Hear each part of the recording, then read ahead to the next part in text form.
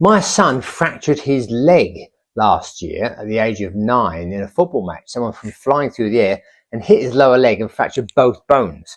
When you fracture both bones, there's no stability, and the leg just completely flops in a crazy way. It's scary, really. When you look at it, it scares the life out of you, because if it goes too far, then the bone can actually pierce through the skin, which is called a compound fracture. Very, very high risk of infection and serious illness and damage. So it's really important, if you ever break something, if you're on a football field or something and someone breaks something, you don't move them. You don't move them until expert help arrives, because by moving them, you could seriously damage things and make them much, much worse. That's the first thing.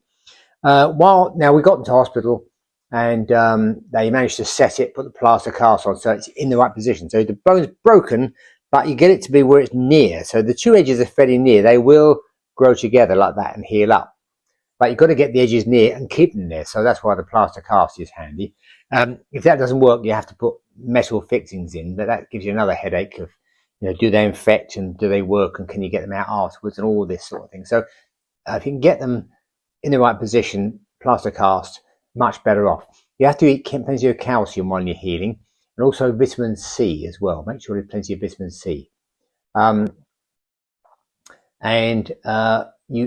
It's a tricky thing, because bone grows when you use it. In the case of a leg, when you walk on it, it starts to make the bone grow more. But do it too soon, you can damage it and hurt.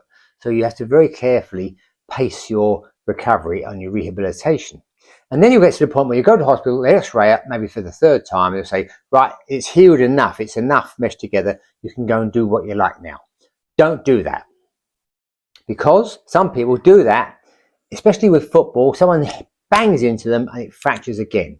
And then it's partially fractured, fracture it again, it's much more painful, much worse. So don't take the risk. So if after 6 weeks or 8 weeks they say, right, now you can do what you like, walk on it gently and keep exercising it slowly and gradually. Wait another 4 weeks past then, and then start playing sport. Otherwise, you run a risk. I've seen several people do this, and it's just dreadful and it's depressing for the person. So add on a bit more. Always be cautious.